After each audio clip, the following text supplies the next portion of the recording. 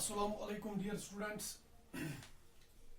जैसा कि आप लोग जानते हैं कि हम हिस्ट्री का 7वां चैप्टर जिसका टाइटल पीजेंट्स एंड फार्मर्स है वो हमने कल ही शुरू किया।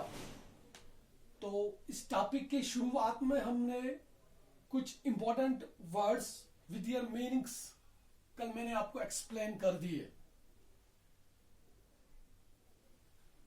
तो आज हम देखेंगे कि ये पीजेंट्स और फार्मर्स होते कौन लोग हैं। Peasants and farmers are those sections of society who cultivate land and earn their livelihood from agriculture. आप यूं समझ लीजिए कि peasants और farmers वो लोग होते हैं, वो लोग हमारे समाज का एक हिस्सा होते हैं, लेकिन उनका काम जो है वो सिर्फ और सिर्फ कल्टीवेशन तक ही महदूद होता है। वो लोग एग्रीकल्चरल एक्टिविटीज करते हैं ताकि वो लोग अपनी रोजी रोटी कमा सके। तो आप यूं समझिए, पीजेंट्स एंड फार्मर्स वो लोग होते हैं जो कल्टीवेशन का काम करते हैं, जो फार्मिंग का काम करते हैं और जिससे वो अपनी जिंदगी बसर करते हैं। लेकिन ये लोग भी, ये जो पीजेंट्स और फार्मर्स होते हैं, ये लोग भी एक्सप्लॉयटेशन के विक्टिम्स बन जाते हैं। इन लोगों के साथ भी ज्यादती होती है। इनके साथ तीन किस्म की ज्यादतियां होती है। कभी कभी इनके साथ ज्यादती बिग लैंडलॉर्ड्स करते हैं। जो बड़े जिम्मेदार लोग होते हैं ये इनके साथ नाइंसाफी करते हैं। कभी इनकी जमीन हड़प करके, कभी इन पे काम का ज्यादा बोझ डाल के ये इनके ऊपर जुल्म करते हैं। And the second thing is, कभी कभी ये लोग कुदरत की मार भी खाते हैं। कुदरत की मार खाने का मतलब कि कभी कभी ड्रॉट पड़ जाता है, खुशकसारी हो जाती है, बहुत उर्से तक बारिश नहीं होती है और इनकी फसल जो है वो खराब हो जाती है, वो सूख जाती है। तो इससे भी ये लोग एक्सप्लॉइट हो जाते हैं। कभी कभी फ्लड आ जाते हैं, सैलाब आ जाता है, तो इनकी फसल को लेके बहा ले जाता है, तो ये विक्टिम बन जाते हैं।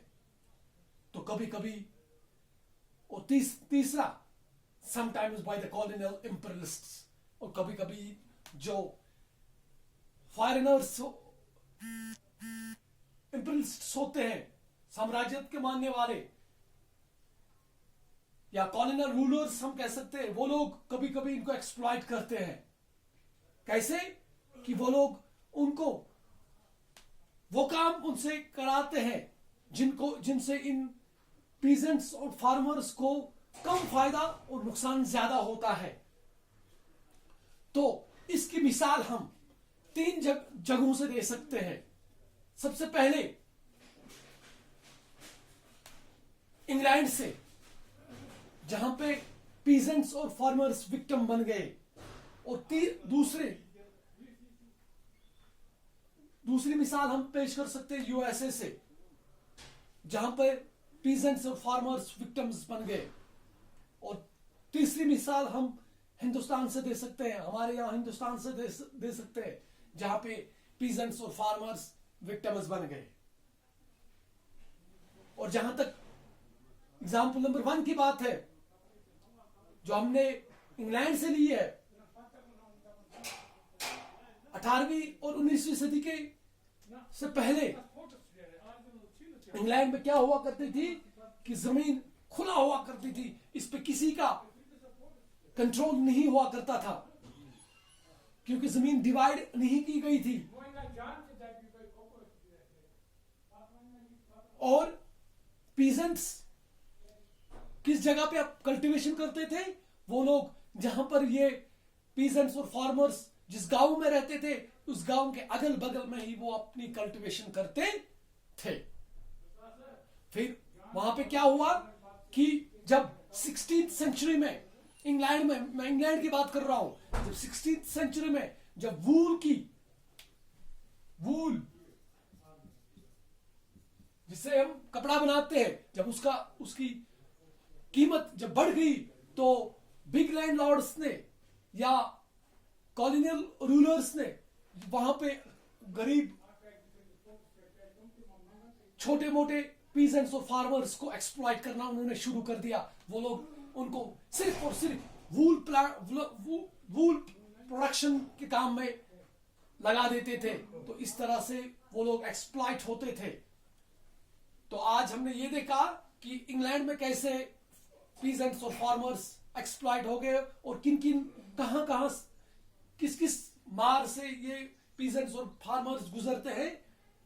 तो आज के लिए इतना ही। कल हम इस टॉपिक को और आगे लेके चलेंगे। तब तक के लिए खुदा हाफिज।